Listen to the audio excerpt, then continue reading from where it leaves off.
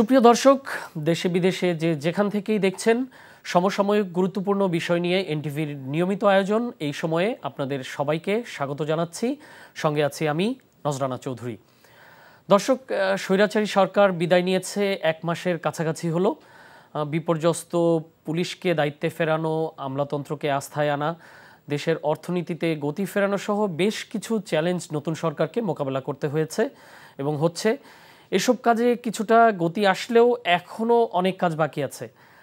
যেমন আজকে সাভার এবং আশুলিয়া এলাকার বেশিরভাগ কারখানায় ছুটি দিয়ে দেওয়া হয়েছে নিরাপত্তার কারণে। তো এসব বিষয়সহ চলমান ঘটনা প্রবাহ নিয়ে আলোচনা করতে আজ আমরা দুজন অতিথিকে এনটিভির স্টুডিওতে আমন্ত্রণ জানিয়েছি। তারা হলেন বিএনপির ভাইস চেয়ারম্যান শামসুজ্জামান দুদু এবং সিনিয়র সাংবাদিক আবু সাইদ খান। আপনাদের দুজনকেই এনটিভিতে স্বাগত জানাচ্ছি। তো আমি প্রথমেই একটা বিষয় জানতে চাচ্ছি যে গত 2-1 দিনের মধ্যে এই ডেভেলপমেন্টটা হয়েছে যে সরকারি কর্মচারীদের সম্পদের হিসাব দেওয়ার একটা বিষয় উঠে এসছে এবং আজকে কিন্তু জনপ্রশাসন সচিব যিনি আছেন তিনি বলেছেন এবং একটি কমিটিও গঠন করে দেওয়া হয়েছে 5 সদস্যের। প্রজাতন্ত্রের যে 25 লাখ কর্মচারী আছে আনুমানিক, তো তাদের সবার সম্পত্তির হিসাব দিতে হবে। তো এটি কিন্তু অনেক দিন আগে থেকেই, অনেক বছর আগে থেকে, প্রায় যুগ পেরিয়ে গেছে, এরকম উদ্যোগ নেওয়া হয় কিন্তু আবার সেটি ফাইলে চাপা পড়ে যায়। তো আপনি কি মনে করেন যে এটি আসলে করা যাবে কি, বা করলে আমরা কি এটা কোনো জাতি কোনো উপকার পাবে কিনা বা লাভ হবে কিনা? এটা তো অনেক আগেই করা উচিত ছিল। তো এটা বিলম্বে হলেও যে উদ্যোগ নেওয়া হয়েছে এটা নিঃসন্দেহে অভিনন্দনযোগ্য। অর্থাৎ এই অন্তর্বর্তীকালীন সরকার অনেকগুলো উদ্যোগ তারা নিয়েছে, তার ভিতরে এইটা একটা। অলরেডি যারা উপদেষ্টা আছেন তারা তাদের হিসাব দিয়ে দিচ্ছে, বিচারপতিদের ব্যাপারে বলা হয়েছে, এখন সরকারি কর্মচারীদের হিসাবটা দেওয়ার বিষয়। এটা আগেও এটা নিয়ম থাকলেও এটা কার্যকর ছিল না এবং কেউ দিত না, এই অবস্থার মধ্যে রয়েছে। তবে আমার মনে হয় যে এই ব্যাপারে সবারই হিসাব দেওয়া উচিত। আমি মনে করি যে অবস্থানে আছে তাদের এইটা হিসাব দেওয়া উচিত। অনেকটা একটা কূটযুক্তিও দেওয়া হয়েছে যে এনবিআরের কাছে তো আমরা দেই, ইনকাম ট্যাক্স দেই, অতএব সেখানেই তো হিসাব আছে, কিন্তু তা না, আলাদাভাবেই হিসাবটা থাকা দরকার। তখন একটা ধারণা করা যায় এবং সম্পত্তি যেভাবে যে আজকে যেভাবে লুটপাট হয়েছে, এই লুটপাটের একটা অংশ তো সরকারি কর্মকর্তারাও। এখানে একটা নেক্সাস আমরা বলতে পারি, সেই নেক্সাসটা হচ্ছে রাজনীতিবিদ এবং সরকারি কর্মচারী, ব্যবসায়ী, এদের একটা নেক্সাস, অশুভ আতাত গড়ে উঠেছে এবং এখানে লুটপাট হয়েছে এবং এমন একটা ধারণা তৈরি হয়েছে সমাজে যে লুটপাট করে তো পার পাওয়া যায়, ধরা কেউ পড়ে না। তো এই সংস্কৃতি থেকে আমাদের বেরিয়ে আসতে হবে। অর্থাৎ এখানে সর্বস্তরে জবাবদিহি প্রতিষ্ঠা করা দরকার। যেমন রাজনীতিতে জবাবদিহিতা দরকার, এখানে বাণিজ্যে জবাবদিহিতা দরকার, সরকারি কর্মচারীদের মধ্যেও জবাবদিহিতা নিশ্চিত করা দরকার এবং সবাইকেও আইনের ঊর্ধ্বে নয়, এই সংস্কৃতিটা দরকার। হ্যাঁ, তবে একদিনে এটা হবে না, এই সংস্কৃতিটা গড়ে সময় লাগবে, তবে শুরুটা তো করার দরকার। সব কিছু তো থেমে আছে, স্বাধীনতার তো আপনার 53-54 বছর পেরিয়ে এসেছি, এখন পর্যন্ত তো আমরা সর্বক্ষেত্রে শৃঙ্খলা আনতে পারিনি।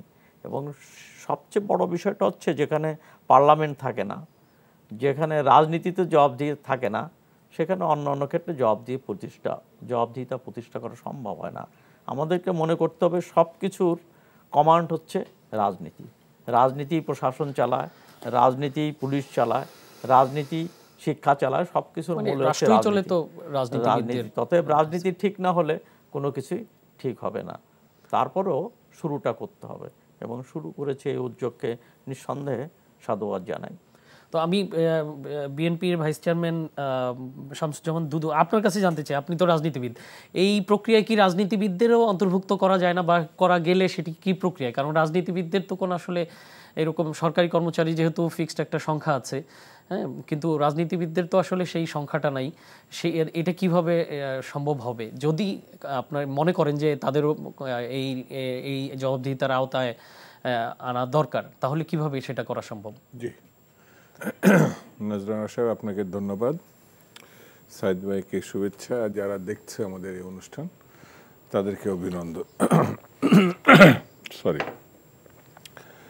শুধু সরকারি কর্মচারী যে কথাটা বলা হয়েছে এটা শুরু, এর সঙ্গে যেটা সাইদ ভাই নিজেই যুক্ত করলেন যে ব্যবসায়ীরা আছেন, রাজনীতিবিদরা আছেন এবং অন্যান্য যে শ্রেণী পেশার মানুষ আছেন, এটা আস্তে আস্তে সবাইকে যুক্ত করা, অর্থাৎ দুর্নীতি বিরোধী যে রাষ্ট্রীয় চরিত্র, এই দীর্ঘকাল আমরা নানান সময় নানানভাবে দেখছি, মানে রাষ্ট্রীয় সম্পদ কিভাবে লুটে ফুটে বা ব্যক্তি সম্পদও দেখবে, এখানেও কোনো জবাবদিহিতা নাই।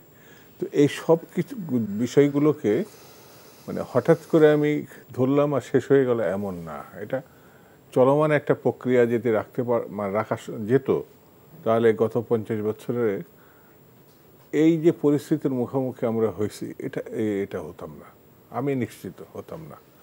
আমাদের একটা বড় সেকশন কর দেয়, কিন্তু তার অর্থ এই নয় যে আমরা যেটা প্রত্যাশা, মানে একটা সচল সজীব বাংলাদেশ নির্মাণের জন্য করদাতাদের একটা বড় ভূমিকা আছে। তো সেই ভূমিকার বাইরেও অনেকেই ও শ্রেণী পেশার মানুষের, মানে এটা বলা ঠিক হবে কিনা জানি না, কে কীভাবে নেবে, যে আমাদের যেন সব কিছুতে একটা ফাঁকির প্রবণতা থাকে। তো এই যে টেন্ডেন্সি যে সে নিজেই যে ফাঁকি দিতে গিয়ে নিজেকে ফাঁকি দিচ্ছে, এটা সে বুঝতে পারছে না, আমার কাছে মনে হয়েছে। শুধু রাজনীতিবিদ, যেটা সাইদ ভাই বললেন, এটা খুব গুরুত্বপূর্ণ, রাজনীতিবিদদের বিচক্ষণতা, নেতৃত্বে স্বচ্ছতা সব কিছু মিলিয়ে কিন্তু জাতি পথ দেখায়। তারা যদি বিভ্রান্ত হয়, তারা যদি সিদ্ধান্ত নিতে অপারগতা দেখায়, অথবা কোনো না কোনোভাবে কোনো পক্ষকে লাভবান করার চেষ্টা করে, তাহলে সেই জায়গাটায় সংকট অনিবার্য হয়ে দেখা দেয়। সেই জন্যে যেমন এখানে গত সরকারের সময় আমরা দেখেছি প্রশাসনিক কম বেশি সব কিছু নিয়ন্ত্রক হয়ে গেছিল। পলিটিশিয়ান কতটা ছিল আমি জানি না, পলিটিক্স তো ছিল না, রাজনীতি তো মানে ফ্যাসিবাদের এক পার্টি থাকলে তো রাজনীতি থাকে না, না না, ফ্যাসিবাদ থাকলে কিছুই থাকে না। তো সেখান থেকে আমাদের বেরিয়ে আসার একমাত্র পথ হচ্ছে জবাবদিহিমূলক আইনের শাসন। এই জিনিসগুলো যখন ফিরে আসবে, তখন অটোমেটিক্যালি এই জবাবদিহিতা থাকলে আপনাকে ওই যে সরকারি কর্মচারী না, সকল শ্রেণী পেশার সকল তাদেরকে এর আওতায় আসতে হবে। মানে এটা যদি করা সম্ভব না হয়, শুধু এক সরকারি কর্মচারীদের জবাবদিহি করতে হবে কত লাখ, এটা আমার মনে হয় আংশিক একটা ব্যাপার হবে। তবে উদ্যোগটা শুরুটা হয়তো না, উদ্যোগটা ভালো, যেহেতু এই ডেটাবেসটা সরকারের কাছে আছে। কারণ ব্যবসায়ী কোন লেভেল থেকে কোন লেভেল পর্যন্ত যাবে, রাজনীতিবিদ কাদেরকে এই নেটওয়ার্কের মধ্যে আনবে, সেটা নিয়ে একটা কনফিউশন আছে। এই উদ্যোগটা অবশ্যই ধন্যবাদ পাওয়ার মতো এবং শুরুটা ভালো। এবং এই যে অন্তর্বর্তীকালীন সরকার, তো এরা তো কোনো পক্ষ অবলম্বন করে না, স্বাভাবিক কারণে তাদের পক্ষে যে কাজগুলো করা সহজ হবে, উদ্যোগগুলো নেওয়া সহজ হবে, পরবর্তীতে যখন রাজনৈতিক সরকার হবে তার ধারাবাহিকতা যাতে নিয়ে যাওয়া যায়, তাহলে আমার মনে হয় আমার জাতিগতভাবে রাষ্ট্রীয়ভাবে ভালো হবে। তো শামসুজ্জামান দুদু, আপনি যেহেতু রাজনীতিবিদদের স্বচ্ছতার কথা বলছিলেন, ওই জায়গাটায় আমি একটু আসছি একটি ঘটনা দিয়ে। যেমন আপনাদের বিএনপি নেতা সালাউদ্দিন আহমেদ স্থায়ী কমিটির মেম্বার এবং খায়রুল কবির খোকন কিন্তু বিএনপির পক্ষ থেকে একটা কারণ দর্শাও নোটিশ দেওয়া হয়েছে। আপনি ইতোমধ্যে আপনিও জানেন, আমরাও জানি, সারা দেশবাসী গণমাধ্যমের মাধ্যমে জেনে গিয়েছে যে সালাউদ্দিন আহমেদ ওই যে বিতর্কিত ব্যবসায়ী এসালম গ্রুপের গাড়ি ব্যবহার করেছেন। আর খায়রুল কবির খোকনের বিরুদ্ধেও ওনার এলাকায় কিছু অভিযোগ এসছে বিএনপির নেতৃত্বের কাছে, নিশ্চয়ই সেজন্যই দেওয়া হয়েছে। তো এইগুলো কেন আপনাদের দলের মধ্যে ঘটছে বলেন তো? আরও কিছু ঘটনা কিন্তু এর মধ্যে দেখেছি, যদিও আপনার দলের পক্ষ থেকে তড়িৎ সাংগঠনিক ব্যবস্থা নেওয়া হয়েছে, সেই জিনিসটা ইতিবাচক, কিন্তু এগুলো কেন আপনার সিনিয়র লিডারদের কাছ থেকে তো এরকম? এটা দুঃখজনক, নো ডাউট দুঃখজনক, কিন্তু নেতৃত্ব মানে সিনিয়র নেতৃত্ব তাৎক্ষণিকভাবে দায়িত্বশীল নেতাদের একেবারে অভিযোগ উঠা মাত্র কিন্তু সিদ্ধান্ত নিতে 1 মিনিটও সময় ব্যয় করেনি। সঠিক, মানে নীতি নির্ধারণী কমিটি বলতে যেটা আমাদেরকে বোঝায় সেটা হচ্ছে জাতীয় স্থায়ী কমিটির, এবং যার ব্যাপারে এই কয়দিন আগেও আমরা খুব উদ্গ্রীব ছিলাম যে সে আদৌ বেঁচে আছে কিনা না মরে গেছে, যেটা দীর্ঘদিন ভারতে ছিল। তো সে কিন্তু একটা ব্যাখ্যা দিচ্ছে মিস্টার সালাউদ্দিন, এবং ছাত্র রাজনীতি থেকে উঠে আসা। তো তাকে বিভ্রান্ত করছে আমার ধারণা তার আশেপাশের লোকগুলো, সে কথা সে স্বীকারও করেছে। আর খায়রুল কবির খোকন ছাত্র আন্দোলনের প্রোডাক্ট, এরশাদ বিরোধী আন্দোলনের সে ডাকসুর জিএস নির্বাচিত হয়েছে, একাধিকবার এমপি হয়েছে, সালাউদ্দিনও এমপি হয়েছে, মন্ত্রী হয়েছে। আমি কিছুক্ষণ এখানে ঢুকার অবস্থাতে আমি ওই ইত্তেফাক পত্রিকার একটা তাদের খায়রুল কবির খোকনের বিবৃতি পড়ছিলাম যে এই ঘটনা যেটা ব্যাখ্যা তার কাছে দাবি করছে, পার্টির কাছে সে অলরেডি বলছে এবং পত্রিকাতেও আসছে। আমার এই জায়গাটায় প্রশ্ন হচ্ছে যে মাত্রার মানুষ নেতৃত্ব, যে ধরনের সতর্কতা থাকার দরকার। এখন তো অনেক আসে না, একটা বিপদ আমি বলে আমাদের কাছে যে কেউ এসে দাঁড়িয়ে গেল, চিনুন একটা সেলফি তুলি, এখন এই যদি মারার কাছে আসামি হয় এই তো চিনে না, ওই ছবিটাই ওখানে চলে যাবে। আমরা একটুখানি খাবো কোনো রেস্টুরেন্টে গিয়ে 2-4 বন্ধু বা পরিবার লোক, একজন চলে আসলো, পিছনে দাঁড়িয়ে ছবি কিন্তু নেওয়া শেষ, পিছনে যে কে দাঁড়িয়ে আছে এ কিন্তু জানে না।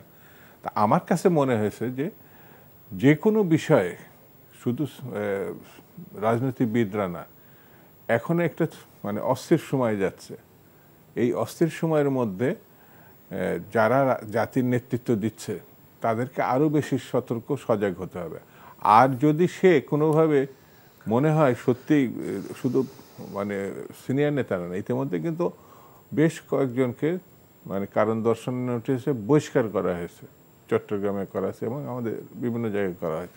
এবং স্পষ্ট করে কিন্তু তারেক রহমান সাহেব সহ মহাসচিবও বলছেন চাঁদাবাজদের পুলিশের হাতে তুলে দেন। আপনাদের ভারপ্রাপ্ত চেয়ারম্যান তো প্রায় প্রতিদিনই বলছেন প্রতিদিন। যে স্ট্রিক্ট এখন একটা জিনিস প্রবণতা দেখবেন যে পুলিশের কাছে দেওয়ার আগে বিস্তারিত দিয়ে নামটা দিয়ে কোনো পত্রিকা যদি লিখতো তাহলে ভালো হতো, না লিখে এমনভাবে এই জিনিসগুলো সামনে আনার যে প্রবণতা, সেটা মানে কিছুটা মানে চরিত্রহীন। আমি খেয়াল করে দেখেছি দলের সিদ্ধান্ত তো ধরা মানে এই ধরনের লোক সে কে, এই যে কয়দিন আগে একটা যুবলীগের সে এখন যুব দল হয়ে গেছে। তো আমার কাছে মনে হচ্ছে যে শুধু বিএনপি না, যে কোনো দলে, যেমন একটা পার্টির বিরুদ্ধে ইসলামী ব্যাংক দখলের প্রথম অভিযোগ উঠেছে, পত্রিকায় আসছে, এই যে ইসলামী ব্যাংক আরেকটা কি জানো, আরেকটা ইসলামী সোশ্যাল কি একটা ইসলামী ফার্স্ট সিকিউরিটি, এটা ভয়াবহ একটা ঘটনা, কারণ তারা আদর্শিক রাজনীতি করে। আমি কেন বলছি বিএনপি তো মাল্টি ক্লাস ওয়ার্কার আছে, নানান পদ, আর তারা তো একটা থিমের মধ্যে থাকে। ব্রিটিশ ভারতে আন্দোলনের সময় তারা ব্রিটিশের সমর্থন করেছে, পাকিস্তান বিরুদ্ধে যখন আমাদের বাংলাদেশ আন্দোলন তখন পাকিস্তান সমর্থন করছে। এগুলো আমি আলোচনায় আনছি না, রাজনৈতিক বিভ্রান্তির জন্য। কিন্তু মানে তারা খুব ভালো লোক, এখন ব্যাংক দখল হয়ে যাচ্ছে। মানে একজন গাড়ি নিয়েছে, এটা তো বিরাট অপরাধ, সেই গাড়িতে চড়ছে, এটাও বড় অপরাধ, এটাকে আমি ছোট করে দেখছি না, কিন্তু পুরো ব্যাংকই দখল করে নিছে। এটা তো এই প্রবণতা থেকে বেরোতে হবে আমাদের। হয়তো নিচের লেভেলে কেউ করছে এই জিনিসগুলো, কিন্তু দলের উপরে চলে যাচ্ছে, তো এটা এটা এটা এটা করা উচিত না। এ ব্যাপারে সকল রাজনৈতিক দলকে সতর্ক মানে শুধু হলে হবে না, কঠোর ভূমিকা নিতে হবে। সারা দেশে কিন্তু প্রচুর মামলা দায়ের হচ্ছে আওয়ামী লীগের বিরুদ্ধে, আওয়ামী লীগের নেতাদের বিরুদ্ধে, এবং সাবেক প্রধানমন্ত্রী যিনি পদত্যাগ করে জনরোষে মুখে ভারতে পালিয়ে গেছেন, তার নামে কিন্তু মামলার সংখ্যা সেঞ্চুরি পার হয়ে গেছে অলরেডি। তো এর মধ্যে কিছু কিছু মামলা নিয়ে প্রশ্ন উঠেছে, যেমন আজকেই গণমাধ্যমে এসছে যে নারায়ণগঞ্জে একটি মামলা হয়েছে বিএনপির এক নেতার মৃত্যুর ঘটনাকে কেন্দ্র করে, যেটি মৃত্যুর ঘটনাটা ঘটেছিল জুন মাসে, সেটি আগস্ট মাসে দেখিয়ে মামলা করা হয়েছে, এবং মামলা করেছে বিএনপির নেতারা, এবং সেইখানে বিএনপি নেতারা ২৫০০ থানার যিনি সভাপতি আছেন তিনি বলেছেন এটা দলীয় সিদ্ধান্তে মামলা হয়েছে। এগুলো কেন হচ্ছে বলেন তো? শেখ মুজিবের যখন মৃত্যু হয় তখন ৭৫-এর ১৫ই আগস্ট, তখন কিন্তু মামলা হয় নাই। যখন আওয়ামী লীগ ক্ষমতায় আসলো ৯৫-৯৬ সালে, তখন কিন্তু মামলা হয়েছিল জি। এবং মামলা হয়ে যে করেছিলেন তিনি বলেছিলেন যে ওই সময় মামলা করার কোনো পরিস্থিতি বা পরিবেশ ছিল না, বিধায় আমি এখন করেছি।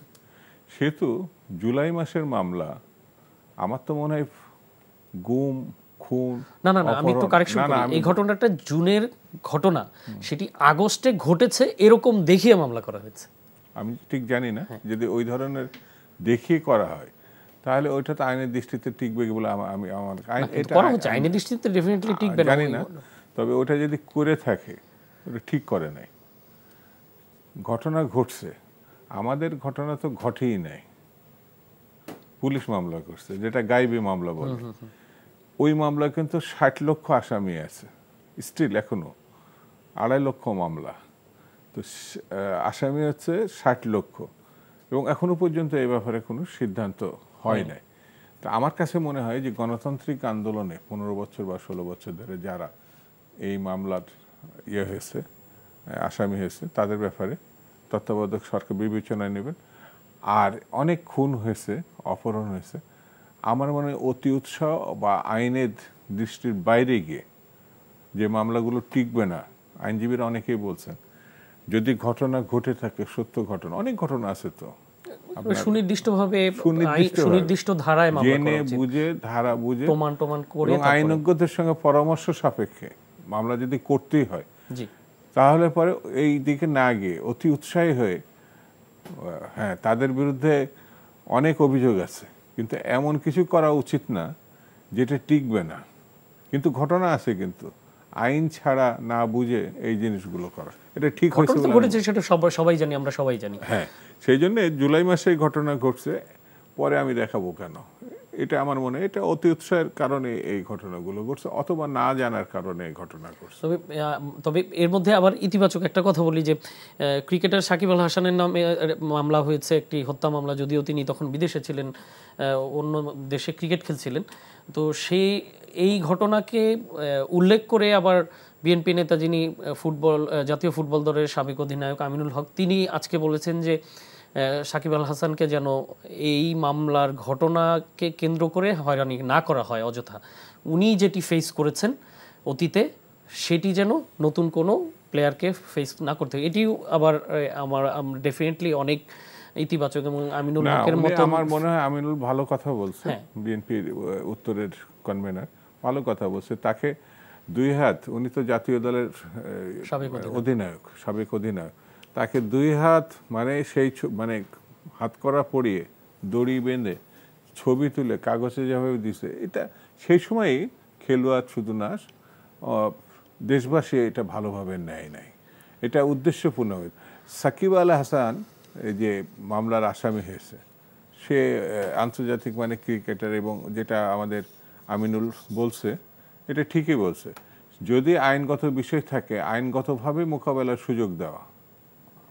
সে যেহেতু এমপি ছিল, রাজনীতি একজন, শুধু মানে ক্রীড়াবিদ না, তো সবাই ক্রীড়াবিদ যে কোনো দলে থাকতে পারে, অসৌজন্যমূলক আচরণ না করা, যে জিনিসটা আইনের দৃষ্টিতে, সামাজিক দৃষ্টিতে, মানবতার দৃষ্টিতেও বলবো, তারা যাই করুক না কেন, এখন আইনের শাসনের যে লক্ষণ সেগুলো দেখাতে হবে, সেগুলো ফিরিয়ে আনার চেষ্টা করতে হবে। অতীতে যাগুলো যেমন কোর্টে কিছু ঘটনা ঘটা উচিত না, কারণ আমরা তো গ্রেপ্তার হয়েছে, আমরা তো কোর্টে গেছে, অতীতে কি হয়েছে, কার সঙ্গে কোন আচরণ করা হয়েছে সেটি এখনো করতে হবে।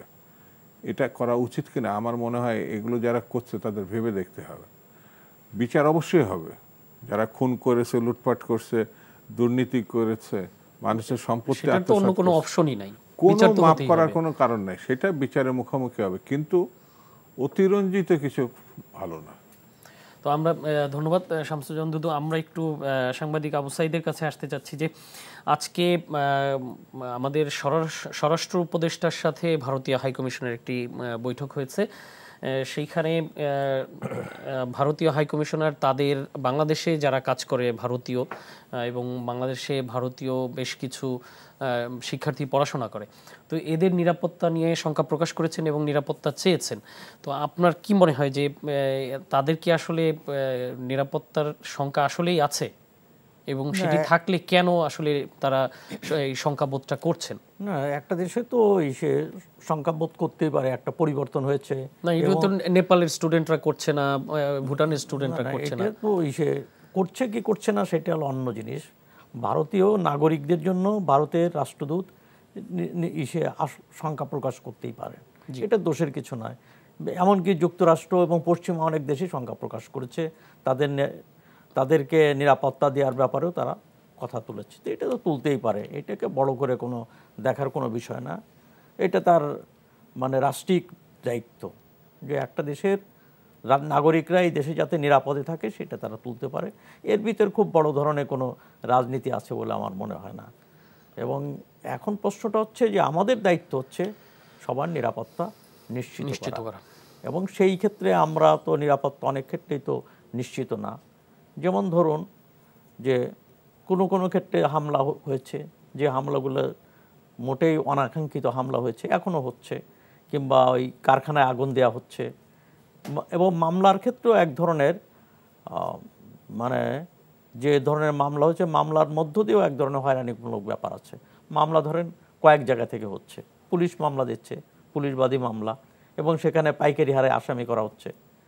এবং আগেও আমরা যেটা দেখেছি সেটারই পুনরাবৃত্তি হচ্ছে, যে মরা মানুষ বিদেশে আছে, মৃত ব্যক্তি, তাদের নামে মামলা হচ্ছে। এবারও তার ব্যতিক্রম না। তো এরকম কিছু মামলা পুলিশ দিচ্ছে, কেন সেই পুলিশই তো আছে, তারা মামলা দিচ্ছে।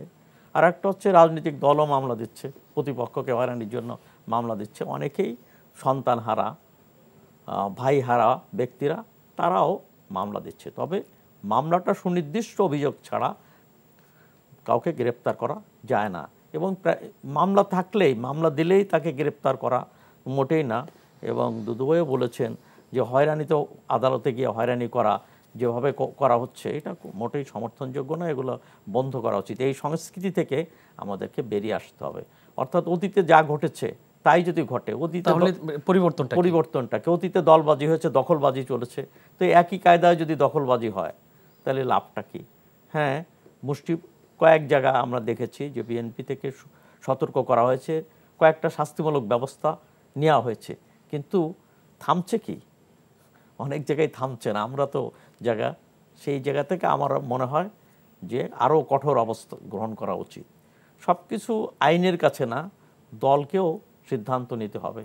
যেমন আমরা অতীতেও শুনেছি যে যদি দোষী সাব্যস্ত হলে তাকে দল থেকে সিদ্ধান্ত নিব, কিন্তু ব্যাপারটা তো দলেরও তো একটা দায়িত্ব আছে। দল তার নিজের যোগ্যতায় কিংবা নিজের অবস্থান থেকেও তদন্ত করে দেখবে। হ্যাঁ, অনেক ক্ষেত্রে করেছে। আপনি শুধু দলের দিকে বলছেন, কিন্তু এই যে মামলাগুলো হচ্ছে এখানে, যেগুলো পুলিশবাদী মামলা হচ্ছে, সেটার জন্য তো রেসপন্সিবল গভর্নমেন্টের পক্ষ থেকে কি এই ধরনের কোনো ইনিশিয়েটিভ নেওয়া হচ্ছে কিনা? এটা বলা হয়েছে, উপদেষ্টারা বলেছেন, তো আসিফ নজরুল বলেছেন যে তারা এই ব্যাপারে দেখছে, কিন্তু তারপরে এটা হয়ে যাচ্ছে, একই ধরনের চর্চা হচ্ছে। এই চর্চা থেকে আমাদের বেরিয়ে আসতে হবে এবং আদালতে নিরাপত্তা নিশ্চিত করা দরকার। আদালতে গিয়ে, অর্থাৎ বিচারের আগেই বিচার করবেন, তো এটা তো হতে পারে না। এমনকি ফিজিক্যালি তাদের ক্যাসাল্টও করা হচ্ছে, এবং সেই কাজগুলো করছে কে?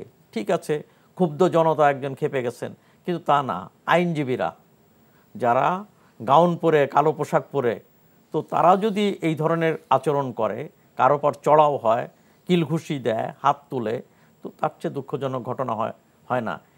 আমি বুঝি না যে এদের আইনজীবী হিসাবে তাদের যোগ্যতা নিয়ে প্রশ্নবিদ্ধ হয়। আইনজীবী হিসাবে তারা তাদের দায়িত্ব পালন করছে কিনা, এবং সেটাও প্রশ্ন আসে। এই ধরনের লোকেরা তারা আদালতে দাঁড়ানোর অধিকার ও নৈতিক অধিকারও হারিয়ে ফেলে বলে আমি মনে করি। এসবগুলোর ব্যাপারে আমাদের নজর দেওয়া দরকার।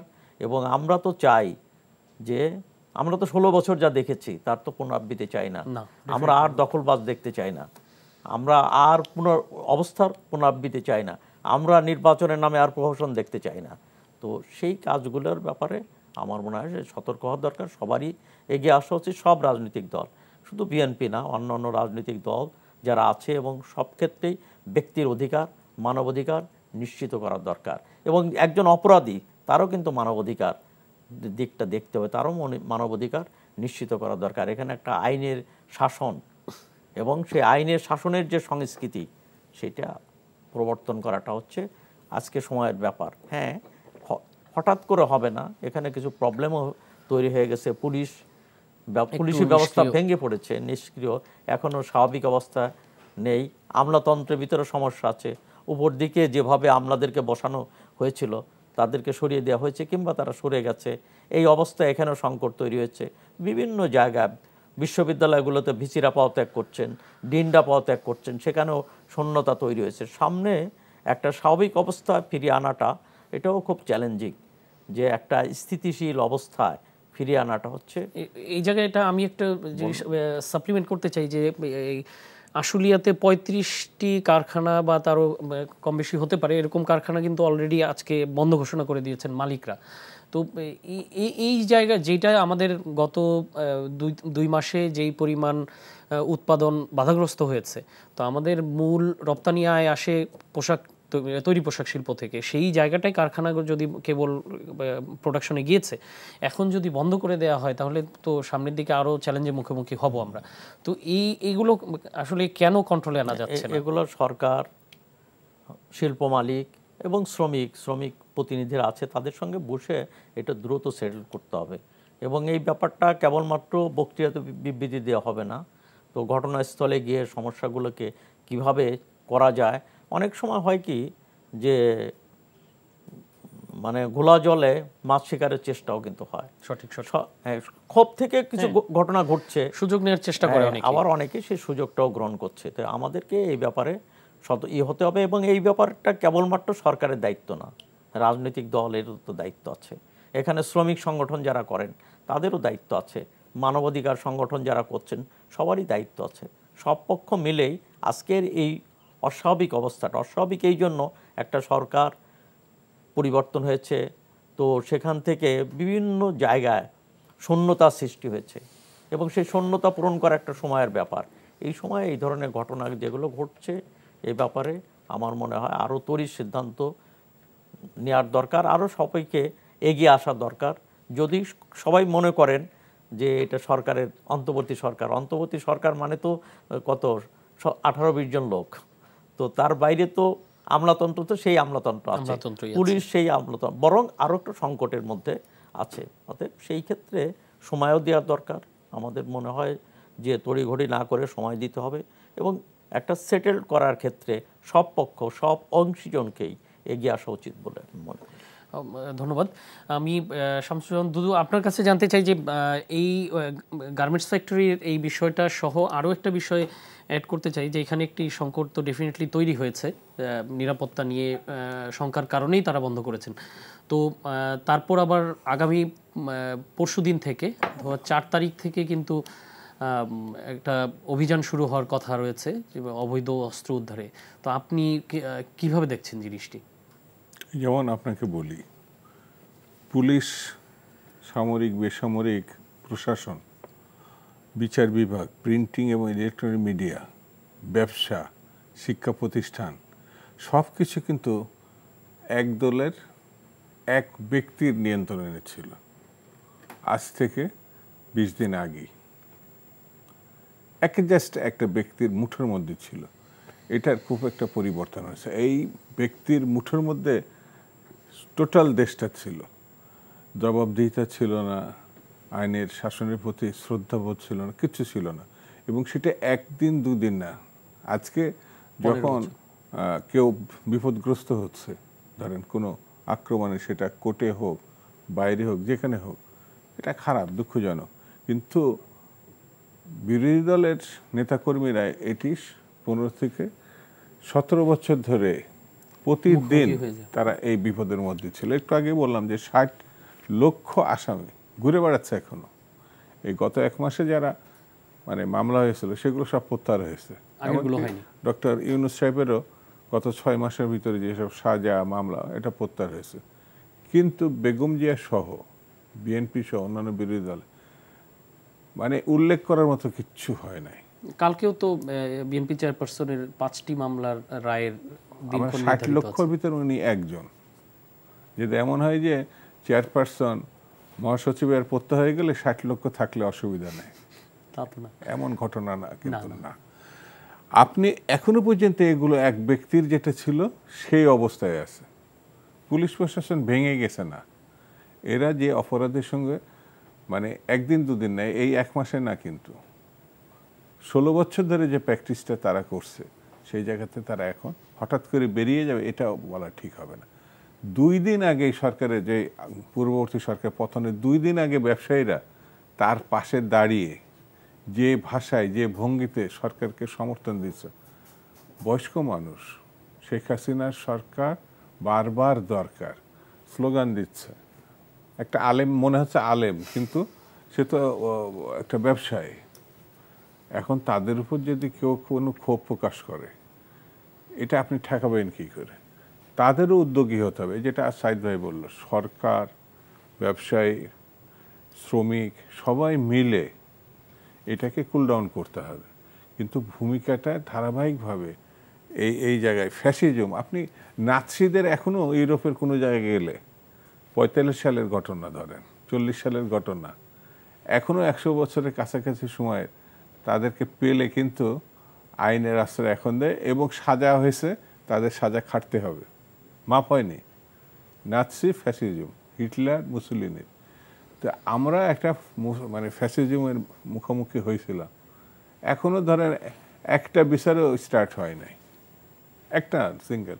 ব্যাংকের এতগুলো ব্যাংক একভাবে নাগাড়ি নিয়ে চলে গেছে, এখন কে কার গাড়িতে চলে এটা বিশাল ব্যাপার, কিন্তু কত লক্ষ হাজার কোটি টাকা পাচার হয়েছে। শুধু যে আওয়ামী লীগ করছে তা না, কিছু বাম ঘেঁষার লোকরা এর সঙ্গে যুক্ত, ওই যে মেনন সাহেব, ইনু সাহেব, এরাও কম যায়নি, কিন্তু তারাও বিচার কোনোটাই হয়নি। সেই জন্যে আমি মনে করি, যেটা সাইদবাবু বললেন, সবাই আমরা কিন্তু শেয়ার করছে, এই সরকারের বয়সে 1 মাসও হয়নি, প্রত্যাশার যে পাহাড় তাদের উপরে চাপছে, এটা কম কথা না, কিন্তু জেনে শুনেই তারা দায়িত্ব নিছেন। তারা পারবেন না যদি আমরা তাদের সবাই সহযোগিতা না করে, ধৈর্য না ধরে, না হলে পাহাড় প্রমাণ যে অন্যায়, অবিচার, অনিয়ম, সেগুলো ঠিক আছে, কিন্তু এই যে কলকারখানাগুলো না না না, এই কলকারখানা পুড়িয়ে দেওয়া হচ্ছে, এইগুলো তো আসলে পার্মানেন্ট ক্ষতি হয়ে যাবে। আমি বলি, কলকারখানা থেকে শুরু করে সব জায়গাটায় আপনাকে প্রতিহিংসামূলক দৃষ্টিভঙ্গি পরিহার করতে হবে। আমার তো টাকা পয়সা এমনি নাই, সব লুটপাট হয়েছে। গার্মেন্টস সেক্টর, বিশেষ করে গার্মেন্টস সেক্টর, আর বিদেশ থেকে যে টাকাটা আছে, এই দুটো যদি আমরা নষ্ট করে ফেলি, তাহলে তো একটা মহা দুর্ভিক্ষের মুখোমুখি পড়ে যাবে দেশ। সেই জন্যে এই যে সাভার বা এই আশুলিয়া বা যে মানে বড় সেক্টরটা, যে কোনোভাবে, এই যে পুলিশি অ্যাকশনের কথা বলা হচ্ছে, প্রয়োজনে সেনাবাহিনীর অ্যাকশনও সেখানে, বা বিজেপি যেতে পারে সেখানে, মানে জোর জুলুম না, সব পক্ষগুলোকে এক জায়গায় নিয়ে আপনাকে একটি কার্যকর ফলপ্রসূ সিদ্ধান্তে আসে। বন্ধ করা এটা কিন্তু এখন মীমাংসা না। কারণ যে কোনো ফ্যাক্টরি যদি বন্ধ হয়ে যায়, তার যে লসটা হবে কিন্তু সেটা কিন্তু কম না, শুধু মালিকের লস, মালিক না, একেবারে এই প্রতিষ্ঠানের ধ্বংস হয়ে যাবে, এটাই রাষ্ট্র ক্ষতিগ্রস্ত হবে, শ্রমিকরা আছে, রাষ্ট্র ক্ষতিগ্রস্ত, রপ্তানি আয় কমে যাবে। সেই জন্য আমার কাছে মনে হয় বাস্তবতার দৃষ্টিতে সবাইকে এগুলো দেখার দরকার, এবং তাৎক্ষণিক সিদ্ধান্ত নিয়ে এটা মোকাবেলা করা হচ্ছে। রাজনৈতিক দলের এখানে একটা বড় ভূমিকা আছে, এখানে তো মুখ ঘুরিয়ে রাখার কোনো সুযোগ নাই, যাতে এগুলো বন্ধ। এগুলো নিয়ে কি আপনাদের দলের মধ্যে আলোচনা হয়েছে? হ্যাঁ, আমাদের শুধু আলোচনা না, আমাদের তো যারা বিএনপির রাজনীতির সঙ্গে কম বেশি দূর থেকে হলেও তারা তো ক্ষতিগ্রস্ত হচ্ছে। যে কারণে আমাদের লোকজনগুলো তো ওখানে নেতৃত্বে গত 15 বছর ধরে কখনো দাঁড়াতেই দেওয়া হয়নি, তারা কিন্তু এখন যাচ্ছে, তাৎক্ষণিক কথা বলছে, সাবেক ছাত্র নেতারা সবাই কিন্তু কথা বলছে, কিন্তু একটি সুযোগ সন্ধানী গ্রুপ তো সবসময় আছে, যারা বিশৃঙ্খলা সৃষ্টি করে, যারা সুযোগের অপেক্ষায় থাকে, সুযোগতা লুটপাট করে। সব লুটপাটের সঙ্গে দেখবেন এই গ্রুপটা যুক্ত, এদের রাজনৈতিক পরিচয়টা মুখ্য না, এরা লুটপাটকারী। সেই জন্য আমার মনে হয় সবাই এটা মিডিয়ারও ভূমিকা আছে, যাতে এক ছোট্ট ঘটনাটা আমি বড় করে দেখলাম, কথার কথা, এটা আরও বিশৃঙ্খলা সৃষ্টি করতে পারে। আমি দেখাবো না তা না, কিন্তু যাতে কুল ডাউন করা সম্ভব হয়, যাতে আবার স্টার্ট করা সম্ভব হয়, এই দৃষ্টিভঙ্গি নিয়ে সব মহল, সব পক্ষকে এক জায়গায় হতে হয়, এবং সেখানে বড় ভূমিকা নিঃসন্দেহে রাজনৈতিক দলগুলোতে আছে, যেগুলো আমরাও করছি, অন্যরাও চেষ্টা করছে। আমি সর্বশেষ, আমাদের হাতের সময় কম, সর্বশেষ একটা বিষয় নিয়ে জানতে চাই যে শামসুজ্জামান দুদু, এই আজকে পররাষ্ট্র উপদেষ্টা একটি কথা বলেছেন যে ভারতের সাথে বাংলাদেশের যে সম্পর্ক, সেই সম্পর্কটি ভারত এবং বাংলাদেশের বিগত সরকার তারা গত 15 বছরকে সোনালী অধ্যায় বলে আখ্যা দিত। তো কিন্তু আজকে পররাষ্ট্র উপদেষ্টা সেই বিষয়টির সাথে দ্বিমত পোষণ করে উনি বলেছেন যে না, ওই সম্পর্কটি আসলে ছিল দুই সরকারের মধ্যে এবং দুই দলের মধ্যে। এটি আসলে আসল সম্পর্কটা হলো, যেটি সোনালী অধ্যায় বলা যেতে পারে, সেটি হলো দুই দেশের মানুষের মধ্যে সম্পর্কটা, সেটি দিয়েই বিচার করতে হবে। তো আপনি কি মনে করেন যে আসলেই কি সেটি ভালো সম্পর্ক ছিল, না আমরা সামনের দিকে ভালো সম্পর্ক চাই? একটা ছোট্ট প্রসঙ্গ আপনাকে বলি। ভারত কিন্তু আমাদের সব থেকে নিবিড় একটা মানে কাছের মানুষ। আমাদের মানে পূর্বতন পুরুষরা মানে ভারতবর্ষেরই মানুষ, মানে জাস্ট পাকিস্তান বাংলাদেশ এরকম না, ভারতবর্ষের মানুষ। যেমন আমি যে অঞ্চলের মানুষ, আমাদের রাজধানী বলতে কলকাতায় ছিল, এখন আমরা ঢাকা। তো আমাদের পূর্বপুরুষ থেকে শুরু করে আমাদের যে কালচারটা, খাওয়া দাওয়াটা, চালচলনটা, হ্যাঁ, তো শুধু তাই নয়, গ্রেটার মানে ভারত যেটা সবটাই আমাদের বিচরণ ছিল। কিন্তু আমরা এখন বাংলাদেশে। তো গত 15 বছর বিশেষ করে যে 3টা ইলেকশন আপনি দেখেন, যে ইলেকশন পৃথিবীর কোনো দেশই সহজভাবে গ্রহণ করে নাই, যেটা 14 সালের, 18 সালে আর 24 সালে। ভারত কিন্তু প্রথম ইলেকশনের 12 থেকে 6 ঘন্টার মধ্যে তৎকালীন প্রধানমন্ত্রীর অফিসে গিয়ে শুভেচ্ছা জানিয়েছেন, অভিনন্দন জানিয়েছেন। এই ইলেকশনে তাই হয়েছে। এই ইলেকশনে যদিও শুধু ভারত না, ভারত, চীন এবং রাশিয়া একসাথে গিয়েছে। আমি একসঙ্গে যাইনি। প্রথমে রাষ্ট্রদূত গেছে ভারতের, তারপরে চীন, তারপর রাশিয়া, পরপরে। হয়তো এমন হতে পারে যে ভারতকেই তৎকালীন প্রধানমন্ত্রী আগে সময় দিয়েছেন। আমি কেন এই কথাটা বলছি, ভারত আমাদের মুক্তিযুদ্ধের সময় একটা বড় ভূমিকা পালন করেছে, জায়গা দিয়েছে, যেভাবে হোক আমাদের খাওয়া দাওয়ার ব্যবস্থা করেছে, এমনকি মুক্তিযুদ্ধের সময় তারা আমাদের অস্ত্র সরবরাহ করেছে। এই কৃতজ্ঞতা আমাদের আছে, এটা আমি বাইপাস করার কথা বলি না। এবং এখনো পর্যন্ত ব্যবসা থেকে শুরু করে অন্যান্য সব ব্যাপারে কিন্তু বাংলাদেশের সঙ্গে দ্বিপাক্ষিক আত্মমর্যাদাশীল অবস্থা থেকে যেটা আমরা বিবেচনা করি। দেখেন তিস্তা আপনার মানে এই পদ্মার মরুভূমি প্রক্রিয়া, একটা চুক্তি দেখাচ্ছে বটে, সে প্রয়োজনে পানি পায় না পদ্মাতে, আর ওইটা ওখানে করতেই পারেনি। এবং বর্ষাকালীন সময় যখন আমার পানির দরকার নেই, আমাদের সিগন্যাল ছাড়া তারা ছেড়ে দিচ্ছে। এটা মানে বাদ প্রতিবাদের ব্যাপার না, সরকার দল যেটা আপনি বললেন, বিষয়টি এমন জনগণের ভিতরে যে হৃদ্যতার সম্পর্ক, এটা হলে কোনোদিন এই নির্বাচন অ্যাকসেপ্ট করার কোনো কারণ নাই। যেমন ভারতের মানুষ খারাপ থাকবে, এই দেশের মানুষ, আমার মনে হয় না কোনোদিন ওখানে দাঙ্গা হলে এখানে হয়, এই স্পিড কিন্তু এখানে নেই। কখনো কখনো এক একটা জায়গায় উস্কানিমূলক ঘটনা হলো না, সাধারণ মানুষ কিন্তু, বিশেষ করে আমি বাংলাদেশে এই ধরনের সেন্টিমেন্ট মনে হয় না। তো স্বাভাবিক কারণে এই দেশে কিছু ঘটনা হলে ওই দেশে প্রতিক্রিয়া হবে না, এটা বলে না। তো এই কিন্তু কোনো ঘটনা নাই। আপনার আনন্দবাজার, অন্যান্য পত্রিকা, এরা কিন্তু নিজেরাই বলছে যে এখানে যেসব ঘটনার কথা বলা হয়েছে, বিবিসি সহ 2-1টি ঘটনা বাদে অতি উৎসাহী বেশি করে দেখানো হয়েছে। আমি ব্যক্তিগতভাবে মনে করি যে এই যেমন এখানে শুধু ওই কি বলে ইন্ডিয়ান গভর্নমেন্ট হিন্দুদের যে কথাটা বলছে, আমি কিন্তু আমার বহু হিন্দু বন্ধু আছে, সে প্রাইমারি লাইফ থেকে শুরু করে আমাদেরও দল করে। হিন্দু সম্প্রদায়ভুক্ত বড় সেকশনটা আওয়ামী লীগ করে রাজনীতিভাবে। তো একজন যখন রাজনীতিকভাবে ধরেন বাদ প্রতিবাদের ঘুষাঘুষু হয়, তখন যদি সে হিন্দু হয়ে যায় তাহলে বিপদ। কিন্তু সে যদি আওয়ামী লীগের কর্মী হয় তখন কিন্তু এত বিপদ নাই। কিন্তু ওরা যখনই আঘাতগ্রস্ত হয়, এবং ইন্ডিয়ান গভর্নমেন্ট এখানে অনেক আওয়ামী লীগের মুসলমানরা ক্ষতিগ্রস্ত হতে পারে, তাদের কথাই কিন্তু ওখানে বলছেন না, তারা খালি তাদের সম্প্রদায়গত হিন্দুদের কথা বলছে। আমার কাছে মনে হয় যারা এখানে হিন্দু সম্প্রদায়, বৌদ্ধ, খ্রিস্টান যারাই আছে, তাদের সঙ্গে যে বাঙালি মুসলমানদের যে সম্পর্ক, যেমন পূজার সময় আমার তো মনে হয় তাদের না লোক যত জড়ো হয় ওই দুর্গা পূজা দেখার জন্যে, মুসলমান সম্প্রদায়ের লোকরা সেখানে কম মানে উপস্থিতি থাকে, এটা আমার কাছে। ঠিক তেমনি ঈদ বা কুরবানিতে তাদের মানে হিন্দু সম্প্রদায় আমাদের বাড়িতে আসে না বা মুসলমানদের সঙ্গে সম্পর্ক নেই, এটাও না। কিন্তু ইস্যু ভিত্তিক যে ঘটনাগুলো সেটাকে বড় করে দেখিয়ে মানে এই দেশের মানে এই যে আন্দোলনটা 6টি ছেলে কি সমন্বয়কারী তার ভিসা বাতিল করছে, এটা সঙ্গত হয়নি। যদি করে থাকে আমার কাছে মনে হয় যে যে যাই ঘটনা হোক না কেন ওই পার আর এই পার বলে একটা কথা আছে। আমরা পাশাপাশি 2-1 বছর 200 বছর না 1000 বছর সংস্কৃতিতে আমরা পাশাপাশি চলছি।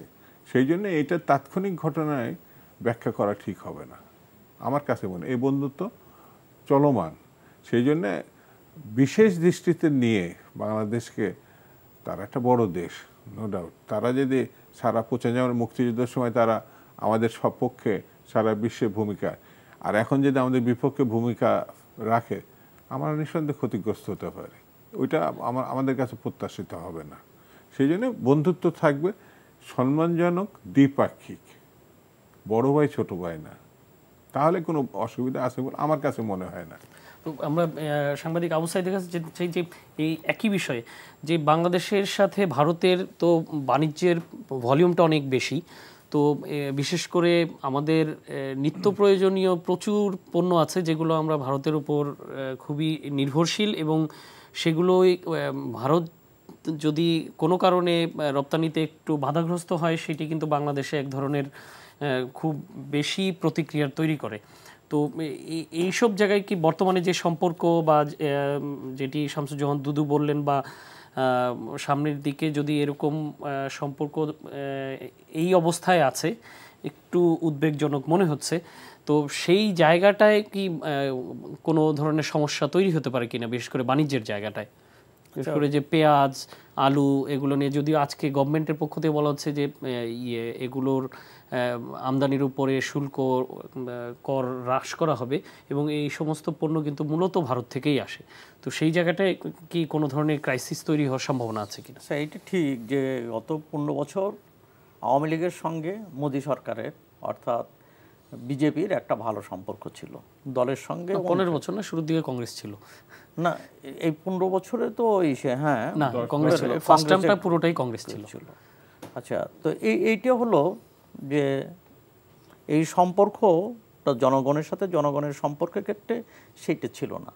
কেননা জনগণ এই আচরণে, বিশেষ করে এখানে যখন তারা স্বৈরাচার বিরোধী সরকারের অপশাসন কর্তৃত্ববাদের বিরুদ্ধে আন্দোলন করছে, তখন সরকারকে একচাটিয়া সমর্থন দিয়ে গেছে।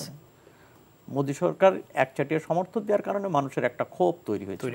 সেই ক্ষোভটা ভারত বিদ্বেষী ক্ষোভ ছিল, কিন্তু আসলে সেই ক্ষোভটা ভারতের জনগণের সঙ্গে না।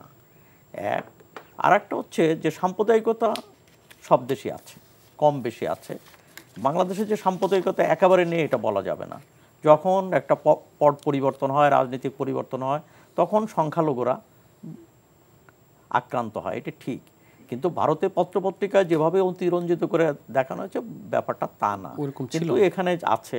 এবং বরং যতটুকু আছে আমাদের উচিত, ভারতে কি হয় না হয় সেটা ভারতের বিষয়, কিন্তু আমাদের উচিত যে আমরা যাতে সম্প্রীতির সাথে বাস করতে পারি। আমরা একসঙ্গে মুক্তিযুদ্ধ করেছি, মুক্তিযুদ্ধে হিন্দু মুসলমানের রক্ত একই ধারায় প্রবাহিত হয়েছে, অতএব এই সম্পর্কটাকে অক্ষুণ্ণ আমাদেরকে রাখতে হবে, ভারত যাই করুক, কিন্তু আমাদের ক্ষেত্রে আমাদের প্রয়োজনে এটা করতে হবে। আর একটা হচ্ছে বাণিজ্যের ব্যাপারটা যেটা আপনি বলছেন, তো ভারত বাংলাদেশের বাণিজ্য উভয়ের স্বার্থেই এটা থাকবে। বাণিজ্য কখনো কোনো সরকারের আমলেই কিন্তু এটা ব্যাহত হয়নি। আপনি যদি বলেন যে স্বাধীনতার পরেও আপনি জিয়াউর রহমানের শাসন, এরশাদের শাসন, বেগম খালেদা জিয়ার শাসন, শেখ হাসিনার শাসন, এই বাণিজ্য কখনো হয় না। বাণিজ্য উভয়ের প্রয়োজনে হবে, এবং বাংলাদেশ দেখবে যে কোন পণ্য সবচেয়ে সুলভে সে পেতে পারে, এখানে সে ক্যারিংয়ের সুবিধা আছে, তো এই কারণে এই পণ্যগুলো আসে। তো এইটার ব্যাপারে আমার কাছে মনে হয় না যে ভারতের সঙ্গে আজকের এই বাস্তবতা সে ব্যবসা বাণিজ্য বন্ধ হয়ে যাবে, এটা আমার মনে হয় না, এটা কখনো সম্ভব না। উভয় দেশের মানুষ তার নিজের প্রয়োজনেই এই ব্যবসা বাণিজ্য করবে, এবং সরকার কোনো সরকারই এটা বাধা হয়ে দাঁড়াবে না। এইটা আমাদেরকে বুঝতে হবে যে কিন্তু আওয়ামী লীগের সময়ও কিন্তু কিছু প্রবলেম তৈরি হয়েছিল পেঁয়াজ নিয়ে, সেটা তৈরি হয়েছিল, সেইগুলো সাময়িক, এবং সেইগুলোর জন্য আমাদেরও পলিসিগত দুর্বলতা রয়ে গেছে। আরেকটা হচ্ছে আপনি যখন অন্যের উপর নির্ভরশীল হবেন তখন তো আপনাকে কিছু সমস্যায় পড়তে হবে। যেমন এক সময় ধরুন যে মানে কুরবানি গরুর জন্য আমরা ভারতের উপর নির্ভরশীল ছিলাম, কিন্তু আমরা পরবর্তীতে কিন্তু এই নির্ভরশীলতা কেটে গেছে। ওখানে যখন মানে গরু ইসে রপ্তানিতে নিষেধাজ্ঞা দেওয়া হলো এবং যেখানে হিন্দুত্ববাদী সংগঠনগুলো আন্দোলন গড়ে তুললো, তখন আমাদেরকে নিজেদের উদ্যোগে বিভিন্ন খামার গড়ে উঠছে। এখন কিন্তু আমরা কুরবানির গরু কিংবা গরুর মাংসের ক্ষেত্রে স্বয়ংসম্পন্ন। তো পেঁয়াজেও বোধহয় প্রোডাকশন বেড়েছে, বেড়েছে, এবং আমরা যদি মনে করি যে এটা হতে পারে। আর একটা হচ্ছে যে এখানে ব্যবসায়ীদেরও তো একটা কারসাজি থাকে, তো এবং উভয় দেশের ব্যবসায়ীদের কারসাজি থাকে। যেমন চোরাচালানের ক্ষেত্রে একপক্ষীয় চোরাচালান কিন্তু হয় না, দুই পাশের লোকেরা মিলেই, দুই পাশের ব্যবসায়ীরা, অসৎ ব্যবসায়ীরা, চোরা কারবারিরা মিলেই কিন্তু এই ধরনের ঘটনা ঘটায়।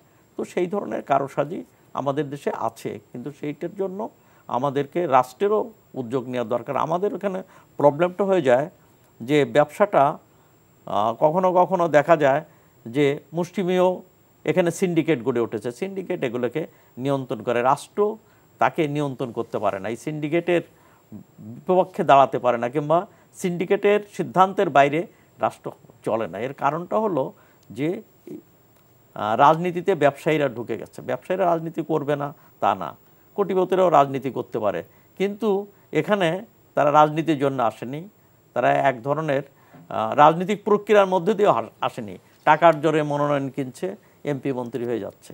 তো রাজনৈতিক প্রক্রিয়ার মধ্য দিয়ে একজন ব্যবসায়ী রাজনীতিবিদ হবেন, এমপি হবেন, আপত্তির কিছু নাই, কিন্তু কোটিপতিরা তারা তাদের ব্যবসায়িক স্বার্থে রাজনীতিকে কাজে লাগানোর জন্যই তারা রাজনীতিবিদ হয়েছেন। এটা আমাদের জন্য একটা সংকট। এই সংকট থেকেও আমাদেরকে বেরিয়ে আসা উচিত। আর একটা হচ্ছে যে আমরা যেটা দেখি যে এই ব্যবসায়ীরা যারা ক্ষমতায় আসে তারা সেই দলের সঙ্গে কিন্তু সুর মেলায়, এবং ধরুন এরপরে যে দল ক্ষমতায় আসবে, আওয়ামী লীগের সময় আওয়ামী লীগের সঙ্গে ছিল এবং বলছিল, এবং তারা গিয়া শেখ হাসিনার হাতকে শক্তিশালী করার চেষ্টা করেছেন। আমার মনে হয় বিএনপির আমলেও, আমি যদ্দূর আমার চেহারাগুলো মনে পড়ে, বিএনপির আমলে তারা বিএনপির সঙ্গে ছিল এবং বিএনপিতেও তখন খালেদা জিয়ার হাতকে শক্তিশালী করার চেষ্টা করেছেন। তবে আমার কাছে মনে হয় যে ব্যবসায়ীদেরও একটা মেরুদণ্ড সোজা হওয়া দরকার, যে তাদেরকে বুঝতে হবে তারা কোনো দলের না, তারা দেশের জন্য এই করে। এবং শিক্ষক সহ সব মানুষই, পেশাজীবীরা কিন্তু সব দলীয়করণ হয়ে যায়, বিশ্ববিদ্যালয়গুলো দলীয়করণ হয়ে যায়, শিক্ষকরা দলবাজি করে। এই জায়গা থেকে বেরিয়ে আসা দরকার। শিক্ষক এবং যে কারণে এখন এই শিক্ষকগুলোতে পদত্যাগ করতে হচ্ছে। কিন্তু কিছু কিছু শিক্ষক আছে তারা পদত্যাগ করার পরেও ছাত্ররা কিন্তু তাদেরকে ছাড়তে চাইছে না। যেমন আমি খুলনা বিশ্ববিদ্যালয়ের একজন শিক্ষকের কথা জানি, মানে ভিসির কথা, যে ভিসিকে রাখার জন্য ছেলেরা তারা আন্দোলন করেছে।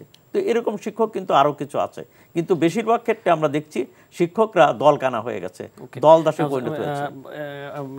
অবশ্যই আমরা সময় আসলে শেষ, নিশ্চয়ই পরবর্তীতে আরো আলোচনা করতে পারবো। ধন্যবাদ আপনাদেরকে। প্রিয় দর্শক, এই ছিল আজকের এই সময়ের আয়োজন। দেশব্যাপী বৃষ্টি হচ্ছে, ফলশ্রুতিতে ডেঙ্গু আক্রান্তের সংখ্যা বৃদ্ধি পাচ্ছে। এই অবস্থায় আপনারা সবাই নিজেদের আশেপাশের পরিবেশ পরিষ্কার পরিচ্ছন্ন রাখবেন, এই আহ্বান রেখে এবং সকলের সুস্থতা কামনা করে বিদায় নিচ্ছি। শুভরাত্রি।